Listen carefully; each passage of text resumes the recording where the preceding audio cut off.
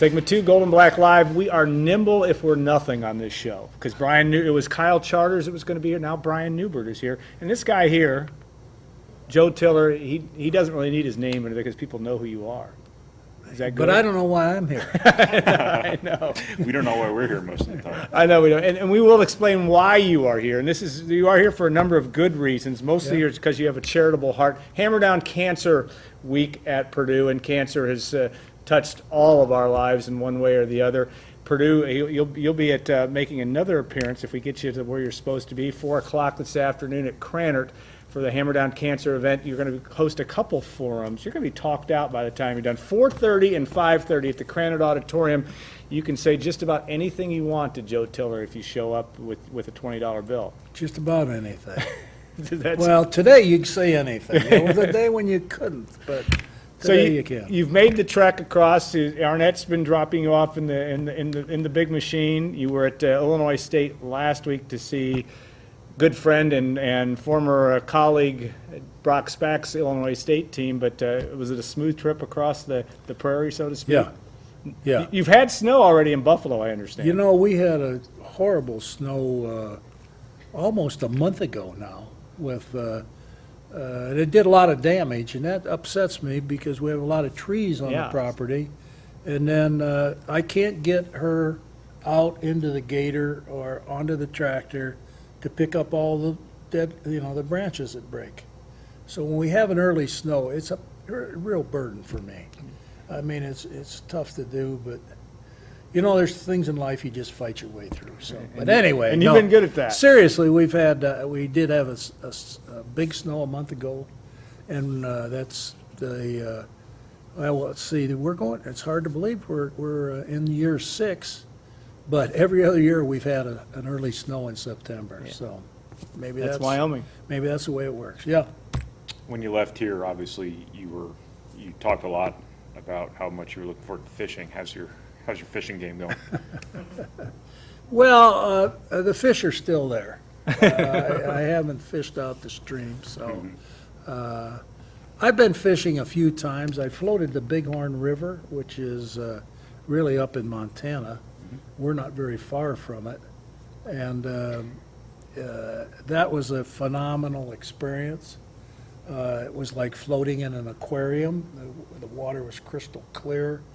You could see the trout. They were all 20 to 22, maybe 24-inch trout. They're all big trout, and they're sitting down there and they're looking upstream. Well, anyway, they did a fish shock on that stream. You know what that is? Where they foam and stun them and then they count them. And they figured there was 8,000 fish per mile, and we floated 13 miles. So I said to my wife, we floated over the top of 100,000 fish. You'd think a guy could catch one of them. So anyway, what a great experience that was. But all those stories, all those years, Brian, about me, can't wait to get to Wyoming to fish. Those were fishing stories. You are enjoying retirement, but I've had some people ask me, because you started doing some analysis work with the Big Ten Network, haven't done it much since. Do you miss doing that, or is that really, are you happy to be a fan and just watching college football or football in general, just in the luxury of your own, wherever you happen to be, living room? Actually, I enjoyed doing that, but, it was much different for me than it was for anyone else on the team, the broadcast team. And the reason it was is because, I had to come out of Buffalo, Wyoming for the game. So I'd have to fly Thursday because you had to be there for a production meeting. Yes. Right. You had to talk to that coach the day before.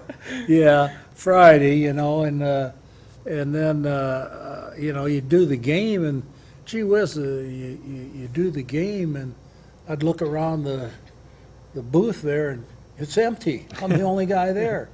Well, they all live in Chicago or Indy or Detroit or Cincinnati, and, they want to get in their car and get home. I had to wait until Sunday, and then I'd fly back into Denver And when I made my connection, I'd get home Sunday evening. So I'd leave Thursday evening, come home Sunday evening. Yeah.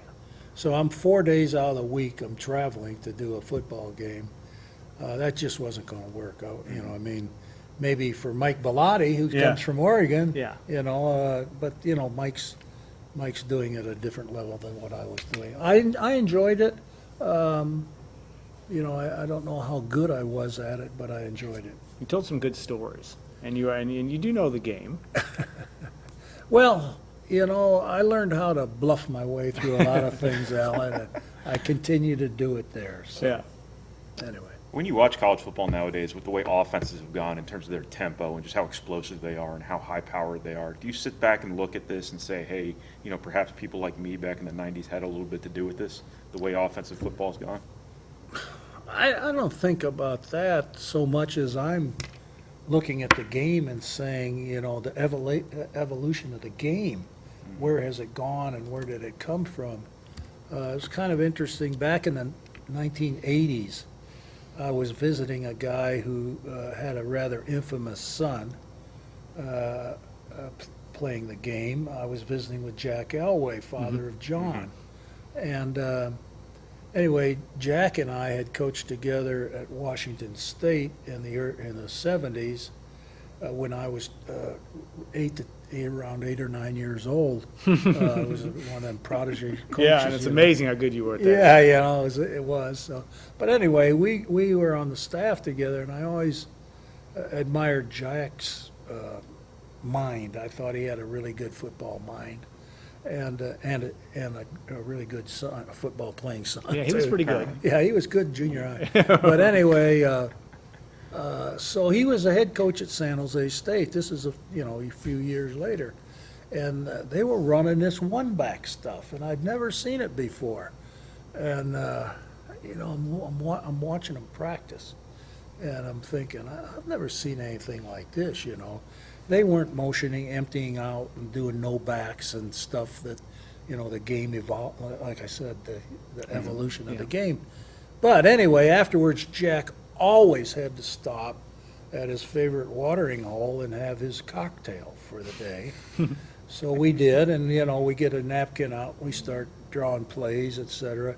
Coaches today, when they get together, they get their napkin out, and they start comparing their 401k and their 457b and their, you know, 409 or whatever. So, but we got talking about football. I said, Jack, you know, we ran the split back veer, the Billy Yeoman split back veer at Washington State. We led the league in rushing, you know, three consecutive years, you know, that I was there anyway.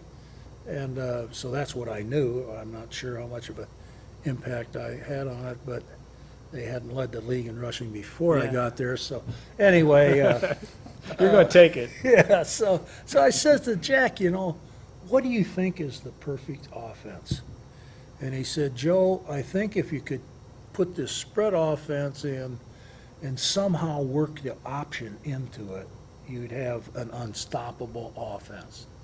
Well, guess what we're looking at today? You know, everybody's running the read option Yeah. of one form or another.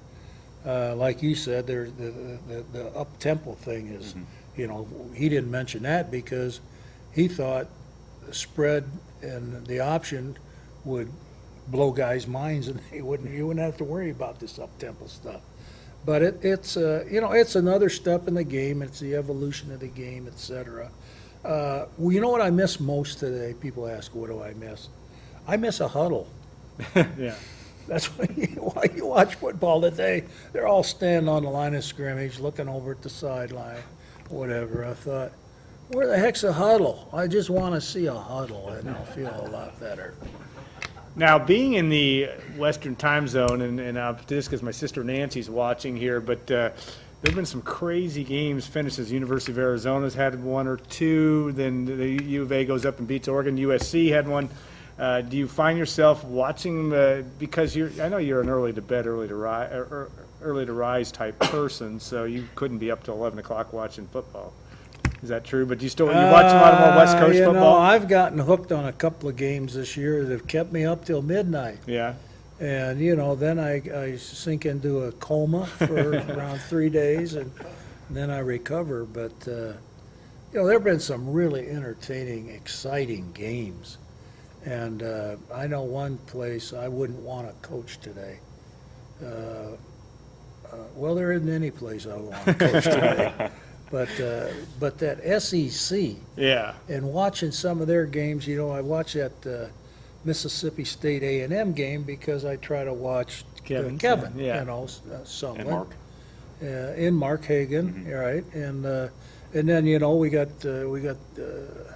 Jim Chaney and Joel Thomas at Arkansas, and they've improved dramatically. But anyway, I watched that thing and I thought, the speed on the field and the like, and the defense they play. You just don't want to lock horns with those guys right now. So that team that Brock's got over there at Illinois State, I'm not sure many people want to take that outfit on. So I see the athleticism and the speed of the game continually improving. And I don't know where it's all going to end, but I hope not very soon, because college football's never been more exciting than it is today. We've been to 6 or 7 games already. So, after we see the Boilers play tomorrow, I think I've only got 2 games left on my schedule, and then I can just sit back and enjoy the rest of the season. But anyway, it's been fun. so you've been to what, you go to Wyoming? game? Wyoming, we've been to 2 Wyoming games. Colorado State as well? or- No, I've been up to Montana State. Okay. Up for a The couple of alma mater. games up there, 3 games, and. How long a drive is that for you up there from Buffalo? 300 miles right on a button. It And takes you it's about 2 hours then? a little longer, although, in our state, in the state of Wyoming, the speed limit now is 80 miles an hour. Oh, it is? Yeah, so, where it's posted. Yeah. And it's posted where it's not very populated, so that means about 90% of the state's posted at 80, so it was kind of interesting, because when it was 75, you could drive 80 and not get yourself in a jackpot. Now that it's 80, you better not drive 82. Yeah. Because they'll, and that makes sense, Yeah. I think there's a certain speed, some people shouldn't be driving that speed. I almost so- felt obligated to bring Bob Knight into this, but I won't, so I'm not on the driving in Wyoming, so that's okay. Yeah. Talent and evaluation of, one of the best things that you did in your days at Purdue was being able to find the right fit and the right kind of guys that can make your offense and defense do what it has to do. Is it harder now from your perspective? I mean, maybe not from your perspective, but as you look at talent around the country and being able to evaluate, there's still as much a premium on that as ever before for programs, especially programs that are trying to get to the top, like Purdue and like others. I think anytime you're in a developmental program, which is what Purdue is, bring them in and develop them, and then they'll end up, for 3 years at least, being really good players for you. You've got to find the guy that the world's not recruiting, but still has ability to play at this level, and that's a real challenge. The difference is, we used to be able to get a guy like that. We might find a guy like Craig Terrell. Yeah. Even though he's a local guy, back in that era when we signed Craig, not too many people knew about him. Today, there are no secrets out there, right? That Correct. darn internet. You guys know My fault. everything. This is my fault, isn't it? I love the espionage involved in trying to slide a guy through without anybody knowing about him. We don't. And Yeah, then- we don't like that. Yeah, you guys don't like it, but I loved it, and I thought that's how you could Boy, really and build a team. you can always use a few Craig Terrells. I mean, there's a guy that High motor guy. yeah, epitome of for that. But he Ryan. signed, as I recall, was somewhat of an early. Well, you got him to commit Yeah, early. We got him in the committed, summer. He yeah. committed in the summer. He Yeah, came one to of our the first summer guys. camp, and we offered him at Yeah. camp, and he committed to us right away. So, Ryan Kerrigan Yeah. was another. You know, Ryan should have been a national recruit. Talent-wise, he should have been, but, you know, that was another guy that Mark Hagan did a great job on. And, you know, we're able to sign him, and he, you know, he's turned into a heck of a player. Arnett and I were getting ready to fly back to Wyoming this summer. We had flown back to Indy, we were flying back, and we're at the airport, and off of the plane comes Ryan Kerrigan, and, you know, I hadn't seen him. When I first saw him, I thought, God, who's that good-looking guy? I'd love to recruit him. Oh, that's Ryan, we did recruit you. He cut his Nice to hair, see though. ya. See? Yeah, his hair was cut, you're Yeah. right. But God, he looked great, so. Yeah, Anyway. and he's the even better kid, that's for sure. Brian, you get one more question, and you got to head down to basketball, so fire away. What's that moment like when you run into Ryan Kerrigan in the airport? Is you two just run toward each other, or You embrace? how does that work? Is that like something out of a movie? Well, you do the little hug bit, but It's a you know, man hug thing, though, It's a right? man hug, Okay. yeah. It's not a male to female type thing, but you know, it's a man hug. But it's fun. You know, it's fun seeing any of our former players, and you know, we try to follow them, and particularly guys who are playing, it's easier to do that. So, you know, every now and then at the strangest times you bump into guys, which is a lot of fun. Yeah, I would bet that is after all your years of coaching. Okay, we're going to take a 2-minute break, bring Kyle Charters in, because he's been thinking of all kinds of good questions sitting over there in the corner, and we'll be back in a couple of minutes on Golden Black Live.